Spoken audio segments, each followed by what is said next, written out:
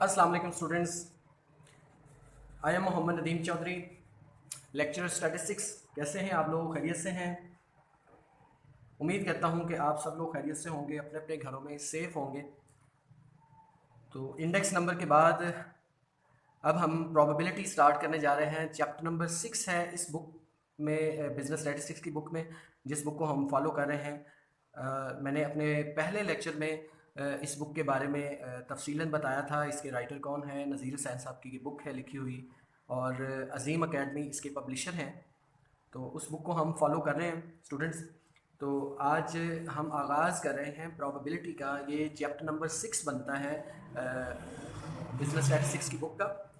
तो प्रोबेबिलिटी को स्टार्ट करने से पहले कुछ एक दो टर्म्स हैं जिनको समझना बहुत ज़रूरी है, ताकि आपको प्रोबेबिलिटी अच्छे तरीके से जो है वो समझ आ सके। तो आगाज़ करते हैं हम प्रोबेबिलिटी का चैप्टर नंबर 6 में।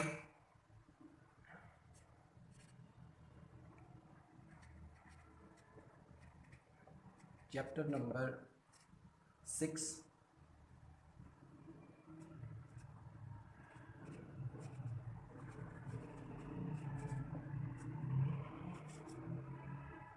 Probability.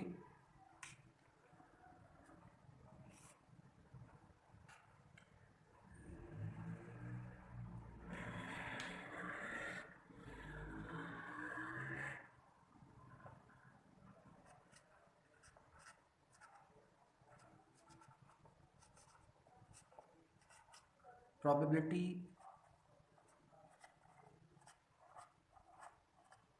Measures the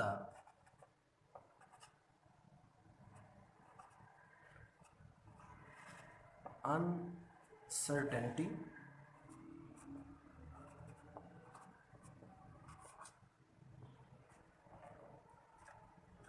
of an event will occur।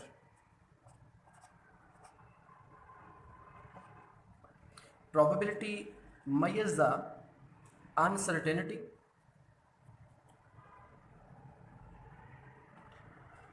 of an event will occur।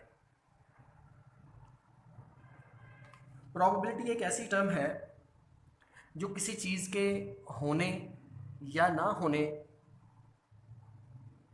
को मेजर करता है। इसको किसी और सेंस में अगर हम देखें, यानी इसको मैं मज़ीद एक्सप्लेन करने की कोशिश करता हूँ। प्रोबेबिलिटी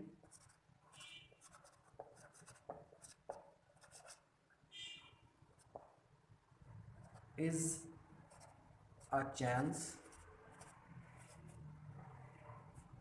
that an event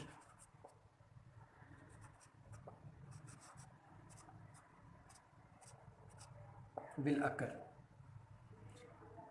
वो किसी इवेंट के आने, सेलेक्ट होने का चांस है कि कोई चीज़ जो है वो आ सकती है। ये आना वो नहीं है जो चल के आना होता है। ये आना इस तरह से है जैसे कि आप अगर घर में लूडो खेलते हैं, तो लूडो खेलते हुए आप एक्सपेक्ट करते हैं कि 6 आएगा, तो वो जो छक्के का आ जाना है उसकी बात हो रही है यहाँ पर। ये अक्कर वर्ड जो है वो उस चीज़ को कहते हैं। आना, किसी चीज़ का नमूदार होना, यानी कि आपने एक डाई को फेंका है और उसके ऊपर 6 जो है वो नमूदार हो गया है, तो ये उसकी अक्रेंस कहलाएगी कि 6 अक्कर हुआ है। ठीक है, 6 आया है। तो उसके आने या ना आने के जो चांसेस है एक्चुअली, वो प्रोबेबिलिटी है। वो प्रोबेबिलिटी है। मतलब प्रोबेबिलिटी मैयज़ द डिग्री, इसको एक और मेरे जहन में आ रहा है, एक और अंदाज से भी इसको हम बयान कर सकते हैं कि probability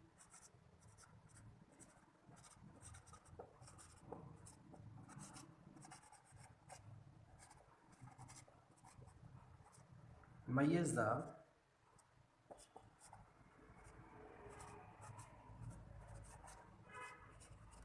degree of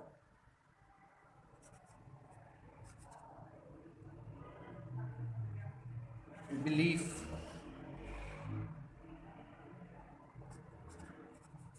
that an event occur, या विल अकर कर सकते हैं।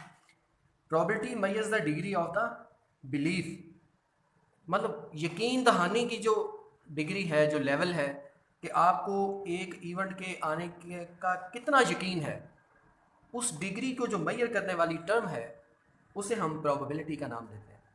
ठीक है, तो ये मैंने 3 तरीक़ों से आपको बताने की कोशिश की है कि प्रोबेबिलिटी क्या है। मैं एक बार फिर से रिपीट करता हूँ। Probability measures the uncertainty of an event will occur, कि वो किसी चीज़ के आने, होने या ना होने के बारे में मेजर करता है। कौन? प्रोबेबिलिटी टर्म जो है। प्रोबेबिलिटी इज़ अ चांस, वो एक चांस है that an event will occur, कि कोई इवेंट नमूदार होगा, उसका चांस है। Probability measures the degree of belief, वो यकीन दहानी की वो डिग्री को मेजर करता है कि एक इवेंट आ सकता है या आएगा या नहीं आएगा, मतलब बारिश होगी नहीं होगी, ये जो कैफियत है होने या ना होने की, इसको कहते हैं अनसर्टेनिटी। हो भी सकता है, नहीं भी हो सकता। तो बच्चों ये है प्रोबेबिलिटी। अब इस प्रोबेबिलिटी को हमने मज़ीद समझने की कोशिश करनी है थ्रू क्वेश्चंस। तो क्वेश्चंस को करने से पहले हमें कुछ टर्म्स जो हैं उनको डिस्कस करना बहुत ज़रूरी है। तो पहले हम उन टर्म्स को जो है वो डिस्कस करते हैं। शाबाश। देखिए स्टूडेंट, इसको समझने के लिए सबसे पहले आपको पता होना चाहिए कि एक्सपेरिमेंट क्या है।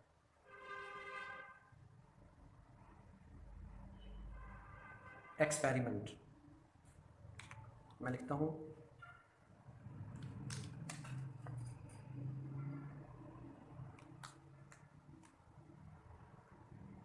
N activity or process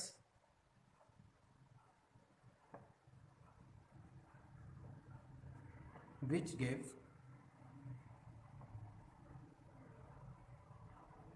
some outcomes।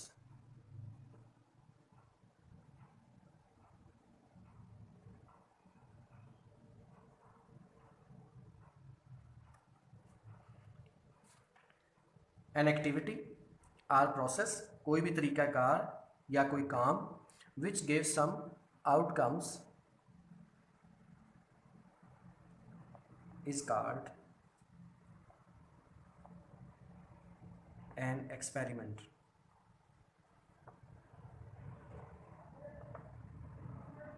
कोई ऐसा काम जो हमें कुछ ना कुछ आउटपुट दे।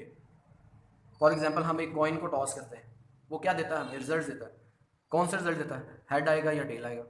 हम एक डाइस को जो है वो रोल करते हैं, एक लूडो के दाने को फेंकते हैं, तो वो एक्टिविटी भी हमें जो है वो कुछ ना कुछ रिजल्ट देती है। हम पर्चियों के ऊपर नाम लिख के लॉटरी मेथड अप्लाई करते हैं, तो जब वो लॉटरी हम इस तरह से फेंकते हैं और वो पर्चियाँ उसमें से उठाते हैं, तो हमें कोई ना कोई रिजल्ट जो है वो मिलता है। तो वो जो सारे काम हम कर रहे हैं एक्चुअली वो क्या है? एक्सपेरिमेंट्स है। तो आगे बढ़ते हैं। नेक्स्ट है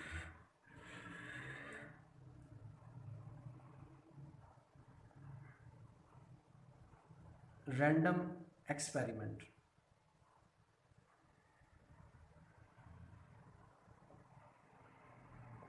random experiment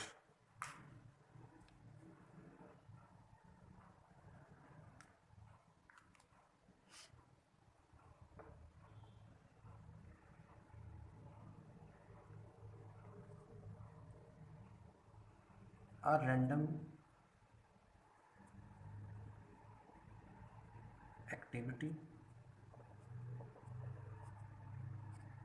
or process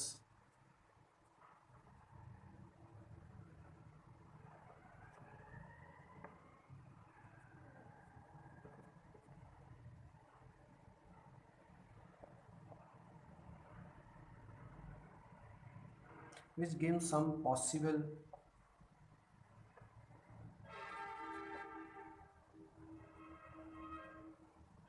outcomes is called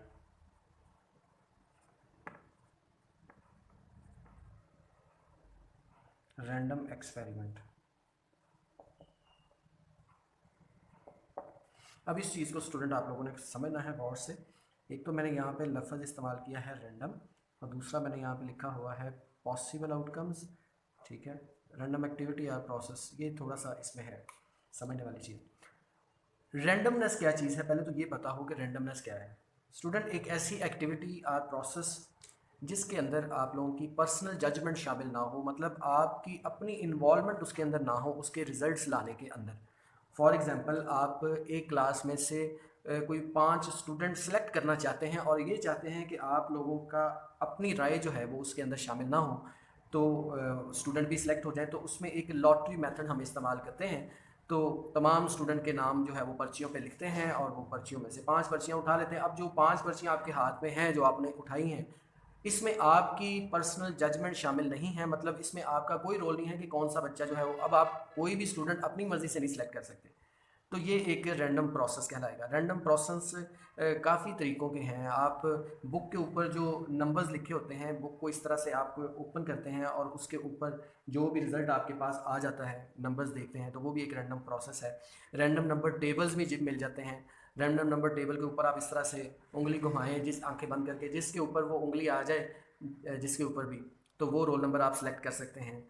फिर एक रिवॉल्विंग होता है, जिसके ऊपर आप यूँ उसको घुमाते हैं और जिसके ऊपर भी वो सुई या कांटा जो भी है वो आता है, तो वो चीज़ सेलेक्ट हो जाती है। ये सारे के सारे रैंडम प्रोसेस हैं।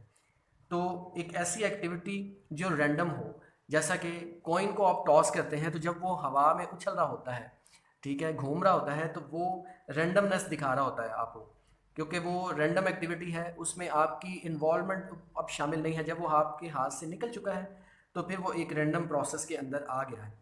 तो अब जो रिज़ल्ट आने वाला है उसके बारे में आप अनसर्टन हैं, आपको नहीं पता कि क्या आने वाला है, तो ये एक रैंडम एक्टिविटी है। फिर इसी तरह से आप लड्डू के दाने को जब एक डिबिया से निकाल बाहर फेंक देते हैं, तो फेंकने के बाद जब वो रोलिंग कंडीशन में है, रोल कर रहा है, घूम रहा है, तब तक वो एक रैंडम एक्टिविटी परफॉर्म कर रहा है। आप अनसर्टन हैं, आपको नहीं पता कि अब रिज़ल्ट क्या आने वाला है। तो ये अनसर्टेनिटी जो है, यही एक्चुअली प्रोबेबिलिटी है जिसको हम डिस्कस करने जा रहे हैं। तो वो बता रहा है कि random activity or process which gives some possible outcomes. एक रैंडम एक्टिविटी जो हमें मुमकिन रिजल्ट्स जो है वो दे, वो रैंडम एक्टिविटी और प्रोसेस जो है कहलाता है, random activity or process which give some possible outcomes is called random experiment. Clear है स्टूडेंट्स? अब नेक्स्ट बढ़ते हैं आगे हमारे सैम्पल स्पेस की तरफ।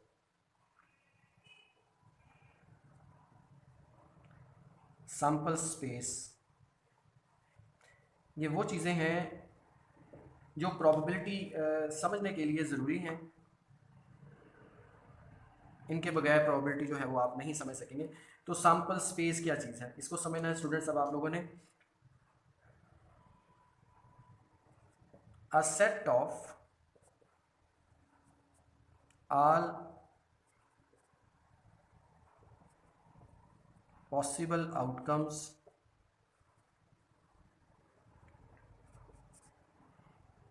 of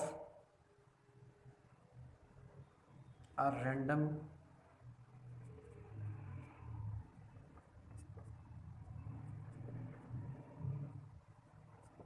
experiment. जी तो स्टूडेंट देखिए, हर चीज़ एक दूसरे से कनेक्टेड है। पहले हमने एक्सपेरिमेंट को डिस्कस किया। एक्सपेरिमेंट क्या होता है, वो हमें कोई आउटकम देता है। हाँ, फिर हमने डिस्कस किया कि रैंडम एक्सपेरिमेंट क्या होता है, जिसमें रैंडमनेस शामिल हो जाए, कि मतलब आपकी पर्सनल जजमेंट उसमें शामिल ना हो। फिर अब आगे बात आ रही है सैम्पल स्पेस की। अ set of all possible outcomes of a random experiment, जो ऊपर जिक्र हुआ है रैंडम एक्सपेरिमेंट का, वो रैंडम एक्सपेरिमेंट के ज़रिए जो भी रिजल्ट्स आपके पास आ रहे हैं, वो रिजल्ट्स अगर एक सेट की फॉर्म में हम लिखते हैं, तो उस सेट को हम कहते हैं सैम्पल स्पेस। तो सैम्पल स्पेस को हम एस से डिनोट करते हैं। और अगर हम एक कॉइन को टॉस करते हैं, फॉर एग्जांपल मैं लिखता हूँ यहाँ पर, इसकी एग्जांपल के ज़रिए मैं आपको समझाता हूँ। एग्जांपल है इसकी, a coin is tossed. A coin is tossed,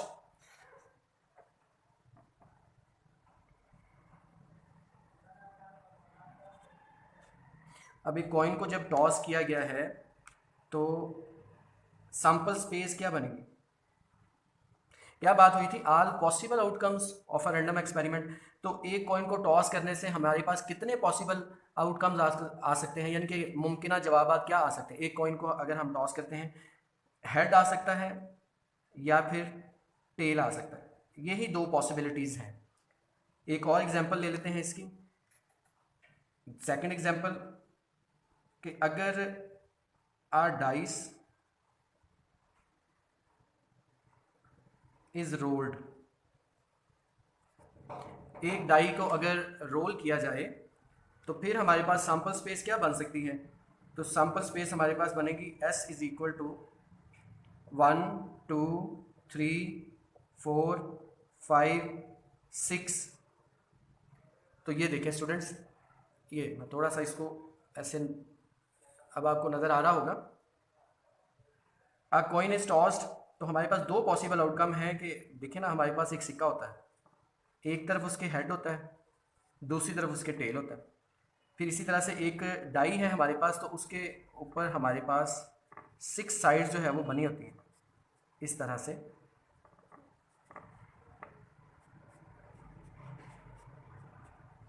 इसमें इस तरह से निशान होता है, फिर इस तरह से निशान होता है, फिर इस तरह से निशान होते हैं, फिर आपके पास ये निशान इस तरह से भी होता है,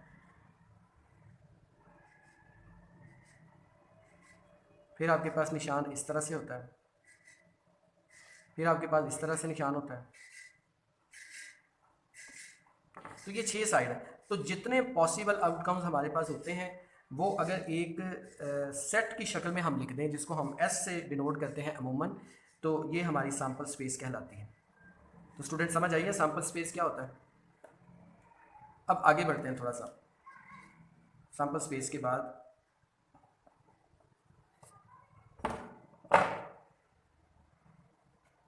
इसको रेज करना पड़ेगा। नेक्स्ट है जी इवेंट। इवेंट क्या चीज़ है?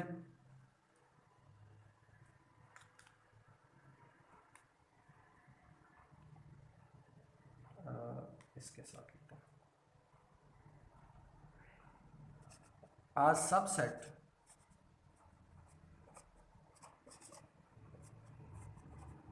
of the sample space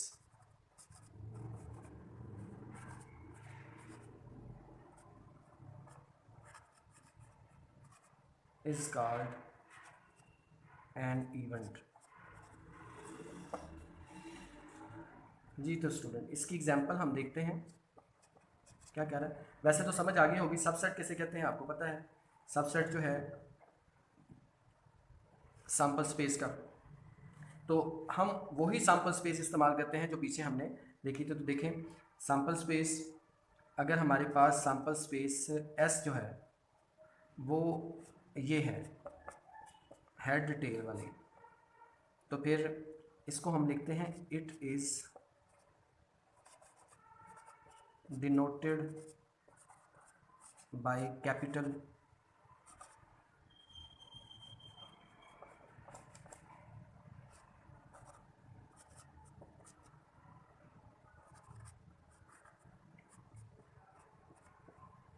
letters A B C वगैरह, इनसे नोट करते हैं। तो फिर A क्या हो सकता है? ये इसका सबसेट है। फिर इसी तरह से कोई B हम ले लें, वो ये भी हो सकता है। फिर कोई C ले लें हम, तो उसमें ये दोनों भी आ सकते हैं, क्योंकि ये भी उसमें से हम ले सकते हैं। तो ये A B और C ये सारे के सारे सबसेट हैं S के। मतलब हम यूँ लिख सकते हैं कि A is the subset of S, B is the subset. लिखने का ये साइन होता है, इक्वल भी लगा सकते हैं नीचे, तो ये है। फिर इसी तरह से C is the subset of S।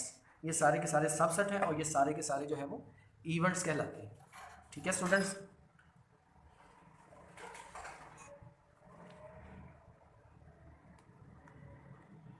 Note कर लिया आप लोगों ने अच्छे तरीके से। अब मैं एक फार्मूला आपको लिख के देने लगा हूँ।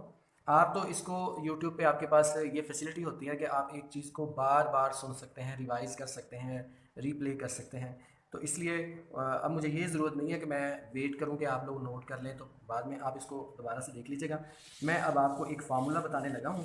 आप लोगों ने वो फार्मूला जो है वो अच्छे तरीके से उसको याद करना है, और इंशाल्लाह जो नेक्स्ट लेक्चर है उसमें मैं आपको फिर प्रोबेबिलिटी सिखाऊंगा कि प्रोबेबिलिटी कैसे निकालते हैं, कैसे कैलकुलेट करते हैं।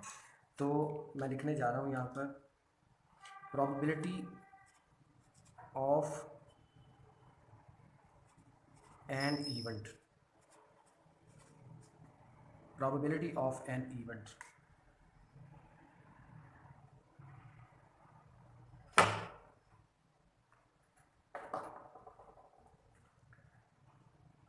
Let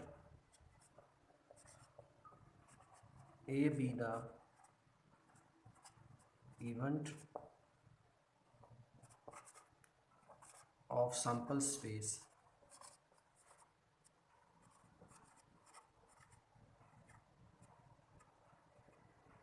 S, then probability of A is equal to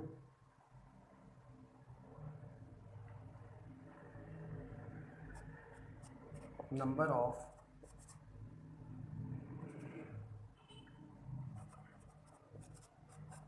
sample points in A dividing by number of sample points in S। In short हम इसको यूँ लिख सकते हैं, probability of A is equal to N of A over N of S. Similarly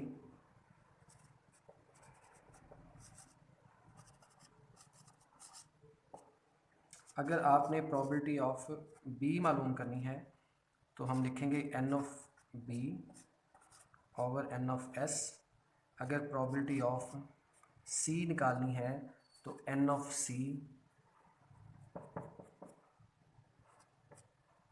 over N of S. Even कोई भी आपने property निकालनी है, उस इवेंट की के एलिमेंट्स की तादाद ऊपर आ जाएगी और सैम्पल स्पेस के एलिमेंट्स की तादाद नीचे आ जाएगी। तो इस तरह से जो आप लोगों ने कैलकुलेट करनी होगी। तो ये प्रॉबिलिटी का फार्मूला आप लोगों को स्टूडेंट्स लाजमी याद होना चाहिए अपने नेक्स्ट लेक्चर के लिए। तो इंशाल्लाह ताला ये सारी चीज़ें आपके जहन में होनी चाहिए। आपको पता हो कि एक्सपेरिमेंट क्या होता है, रैंडम एक्सपेरिमेंट क्या होता है, सैम्पल स्पेस क्या चीज़ होती है और इवेंट किसे कहते हैं। तो ये सारी चीज़ें अगर आपके जहन में होंगी तो आप बड़े अच्छे तरीके से जो है वो प्रॉबिलिटी को परफॉर्म कर सकेंगे। तो इंशाल्लाह ताला मिलते हैं नेक्स्ट लेक्चर के साथ। ये लेक्चर देखिएगा, सुनिएगा और मुझे अपनी कीमती राय से भी ज़रूर नवाजिएगा, ठीक है। तो अगर आपको मेरा लेक्चर मतलब समझ में आ रहा है अच्छे तरीके से, आपको मेरे अगले लेक्चर्स की ज़रूरत भी है, अगर ज़रूरत है तो इस चैनल को सब्सक्राइब कर लें और बेल आइकन को प्रेस करें ताकि आपको नोटिफिकेशन मिल सके कि मेरा नेक्स्ट लेक्चर कब जो है वो अपलोड हो गया है। अदरवाइज़ आपको अगर आपको लगता है कि ये चैनल बेहतर नहीं है तो आप बेशक उसको जो है वो सब्सक्राइब ना करें और ना बेल आइकन को प्रेस करें। तो होपफुली मैं पूरी कोशिश करूँगा कि आप लोगों को अच्छे से अच्छा डिलीवर कर सकूँ। तो आप मुझे अपनी जो है वो कमेंट बॉक्स में ज़रूर बताइएगा कि आपको ये लेक्चर कैसा लगा। Thank you very much students, मिलते हैं नेक्स्ट लेक्चर के साथ। अल्लाह हाफिज़।